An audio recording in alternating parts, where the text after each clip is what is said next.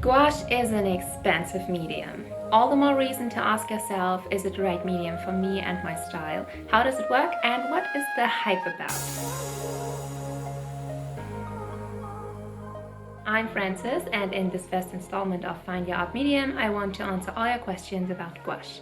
Also, at the end of this video, you should be able to decide for yourself whether you think it would be a good fit for you and if you want to invest in some artist-grade gouache paint. After a quick explanation of what gouache is and isn't, and also what kind of materials you need to use it, we will talk about what kind of artists or people could really benefit from gouache and its properties. We'll also talk about the people who might not like gouache at all, because there are plenty of things you can dislike about this medium. Lastly, I'll show you my gouache in action and talk especially about the Schmincke Akademie Gouache, which I've been using for the past year, and whether or not I would recommend it. Let's go! First off, what is gouache? Gouache is an opaque painting medium. You use it in combination with water so that you can control the paint through the water. It is basically watercolor and similar in usage, but it is opaque. That opaqueness is achieved by a high pigment density. Because the binder in gouache is gum arabic instead of an acrylic binder, it can be reactivated with water and has a matte finish. I personally am reminded of acrylics when I see this flat and smooth layer of color. The main difference to acrylics, however, is that acrylics dry shiny and acrylics are not reactive with water once they are dry. Now that we know the main difference between the two, you can also see why it is handy to have this new variation, acrylic gouache. For example, from Holbein, Liquitex, or Lascaux. Acrylic gouache has the pigments just like gouache and a matte finish, but they are mixed with an acrylic binder and therefore water resistant. Last question in this category, is gouache the same as tempera? No. Where gouache uses gum arabicum as a binder, tempera uses mostly parts of egg yolk and plant-based binders. Tempera is water resistant and isn't opaque like gouache is. It is slightly transparent. Now that we talked about what gouache is and isn't, let's talk about the equipment you will need to work with it. For painting with gouache, you will need brushes, preferably watercolor brushes. Other brushes will, however, work fine as well. And I will explain later why I don't use my watercolor brushes. You also need some paper to paint on. Best is watercolor paper with at least 300 grams per square meter. For comparison, normal printer paper has about 80 grams per square meter and therefore is much lighter and has fewer paper fibers. But we want more paper fibers because they can hold water and paint. Of course, you also need water. We now know what gouache is and how to use it. But is gouache the right choice for you and your style? Gouache has an incredible style that comes naturally with the paint properties, such as its high pigment density. It has this flat and matte color layer, and it always looks like a poster or illustration or just a very clean painting. If you like to work with colors and shapes instead of shading and realistic paintings, you will have a blast with gouache. That's not to say realism isn't possible with gouache, it just doesn't come as naturally to the medium. Who else would have a good time with gouache? Definitely watercolor enthusiasts. If you already have watercolors or know that you like painting with them, gouache might be an excellent art medium addition. The best thing is, if you paint with watercolor, you already have all the materials you need for gouache. You have the brushes, you have the paper, and you have the basic know-how on how to work with water and dilute the paint and make it work for you. The transition to gouache will then come very naturally for you.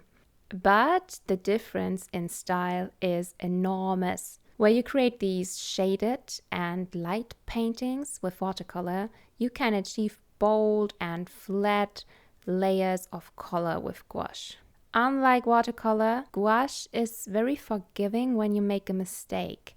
You can paint over the layers you already created, or you can just reactivate parts with water and then correct them. They look beautiful even if your motif is messy. The colors themselves really make for half your painting. This is why I personally believe that beginners would have more fun with gouache than with watercolors. It is a bit more of a hassle to use it than watercolor, but you have more control over the paint because you paint with less water. Once you got to know the medium, you can always dilute the paint more and use it like watercolors. Now, this is why gouache would be a good choice for you. But there are also things to dislike about gouache. First and foremost, the price. Gouache is expensive. One tube of artist-grade gouache costs around 8 to 14 euros. And those are the cheap ones. Even though there is a large color assortment available, for example, Winsor & Newton, they have 100 colors and Schmincke Horadam has 60 colors, you probably will end up with a max of 10 colors and that's it. If you want more, it is an expensive medium. The price shouldn't be a problem for you if A, you paint in a limited color palette anyway. That could be because those are your signature colors or you only paint forest scenes. That will help you a big deal when you want to choose a color assortment and be happy with it in the long run. It also won't be a problem if you are a good color mixer and can be happy with 5 or 8 base colors, which you mix however you want to. You have a large color variation at your disposal. Which brings me to the next negative point about gouache. Gouache is a difficult medium to mix colors in. I personally struggle a lot because of 2 gouache properties. First, gouache is a very fast dryer. And secondly, gouache changes color once it has dried. I get easily annoyed when the color dries before I finish my layer. In order to reactivate the color, you have to use water, and the water dilutes the paint and alters the color you initially used. It can be a tedious process. It can also be more wasteful. You never get the exact amount of paint you need mixed. It is always too much or too little, and a little bit will be wasted. Let's take a look if you would be someone to get individual colors and tubes, or if you should get a mixing set and therefore save some money. Go with the base colors of 5 or 8 if you want a big variety of colors, you are good in color mixing, you are bad at color mixing but don't care about imperfections, or if you like the variety gouache will automatically give you while you are mixing colors. You should, however, go with individual colors if you are bad at color mixing and you do care about imperfections. Also, if you go for large shapes and layers that shouldn't change colors within, or if your color palette is limited anyways. Now we also covered why gouache maybe isn't the right medium for you. Let's summarize gouache and its qualities. On a scale from no fun to fun, I'd give it 4 out of 5, because it is fun to paint with it and you can easily create very nice paintings. From pricey to cheap, I will give it 1 out of 5. If you really want to get into gouache and get those Winsor & Newton designer gouache packages, you will spend lots of money. On a scale from know-how to easy, I'd give it 3 out of 5, simply because it takes some time to get to know the right water ratio and also because of the color change that gouache does when it dries. Is it a hassle to paint with gouache or is it ready to go? I'd give it 3 out of 5. It is a bit more hassle than watercolors, but at the same time you can also paint on normal paper and not watercolor paper and maybe even have the equipment you need at home right now. Now let's take a look at the Schmincke Akademie Gouache and whether or not I can recommend it. First off, what I like about them. There are several mixing and therefore set possibilities. You can go with 3 colors plus white and black or 6 colors plus white and black. I went with the 6 colors plus white and black mixing theory by Küpper. He had some interesting color mixing theories in the 20th century, but this system is very common and easy to use. You can also use large quantities of gouache without feeling bad because they have an incredible quality-price ratio and come in these enormous 60mm tubes. The set with 3 colors plus black and white in Europe is available for 15 to 20 euros. The Küpper set I talked about, 6 colors plus black and white, starts from 35 euros. And there is even a 10 color set for 40 euros, and per tube it is the cheapest one. I personally like the Academy way more than the Horadam or Designer's Gouache from Schmincke. The Horadam and Designer's Gouache remind me way more of watercolors than of gouache.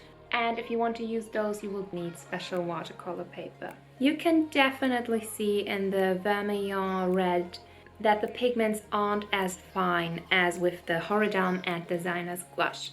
That is the biggest difference between those. The pigments get finer and finer with each price segment. The broadest pigments are in the Akademie Gouache, of course, then there are finer ones in the Designer's Gouache, and the Horadam Gouache has such fine pigments that you could even use it with a tiny airbrush. You also will need to blend the colors and mix the colors with far more force than you would the Horadam. That is simply because of the pigment size, and that is also why I do not recommend the watercolor brushes, but instead mixed media, maybe even acrylic gouaches for the Schmincke Akademie.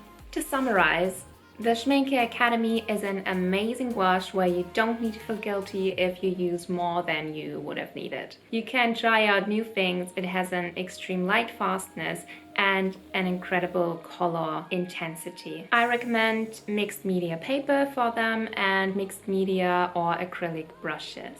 I recommend getting either the Küpper or the 10 color set because that will leave you with plenty of color variations and at the same time is very affordable, especially in comparison to other brands. I will leave you some keywords up here that you can type into Google or another search engine and search for comparison videos. I really hope this video was helpful to you. The next medium I could take a look at would be lino cut or acrylics.